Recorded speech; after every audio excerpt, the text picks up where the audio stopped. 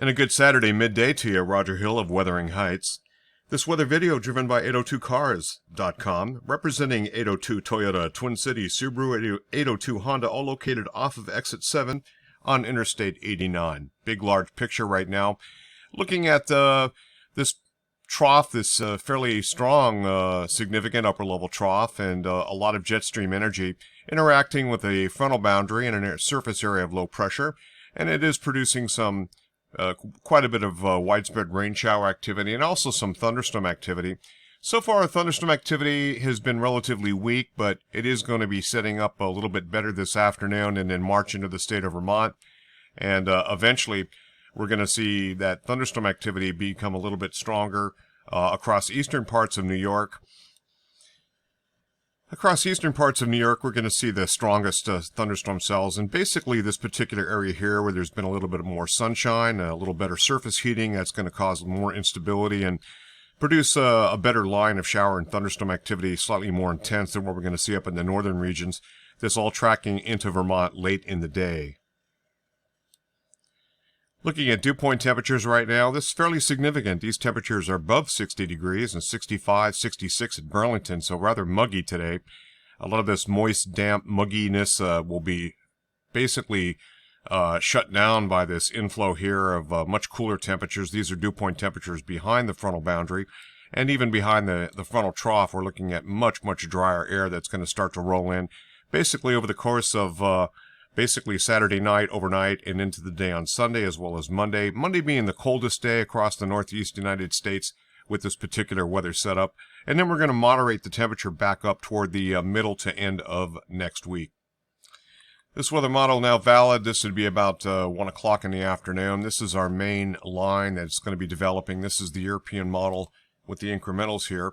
So this weather system is progressively going to make it into the state of Vermont, arriving fairly late in the day. This is valid about at 9 o'clock, and so shower and thunderstorm activity will have moved mostly through at that point in time.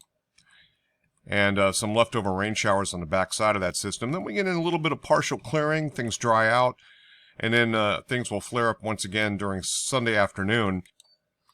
But nothing especially strong or intense in terms of showers, pretty limited. A little bit of a breeze out of the west and northwest. This goes into Sunday night into Monday. You can see some sporadic rain shower activity. And note that the temperature is cold enough aloft. The 0-degree isotherms are a little bit below the freezing mark. And that means some wet snow at the tippy tops of our local mountains. Probably during the morning hours on Monday, probably the best chance. As diurnal rain temperatures kind of warm things up. And then some of that coldest air then exits out of the region. And we get a big, broad area, a big ridge of higher pressure controlling just about the eastern one half of the country. This sort of ridging north into the Great Lakes, that's going to be the main influence. This is valid during the morning hours on Tuesday.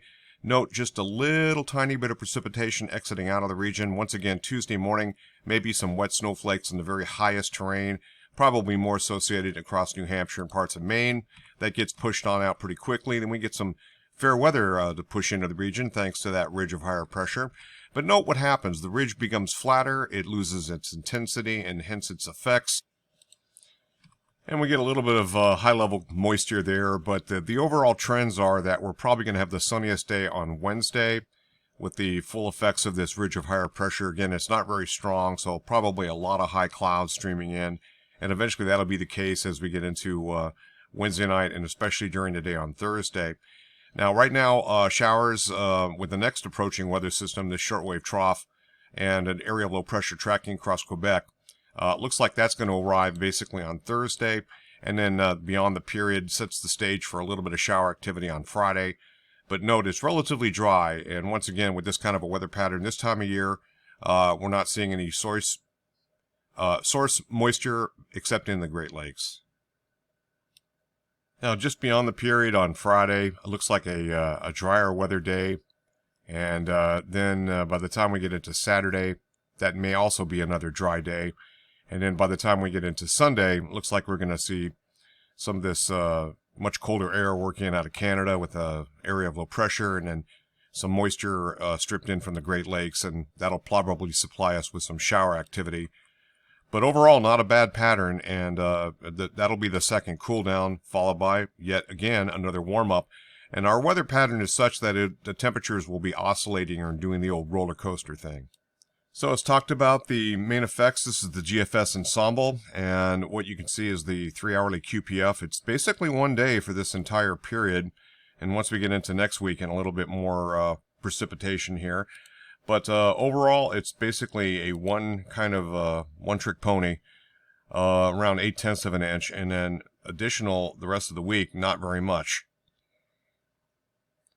Just kind of comparing notes here with the precipitable water.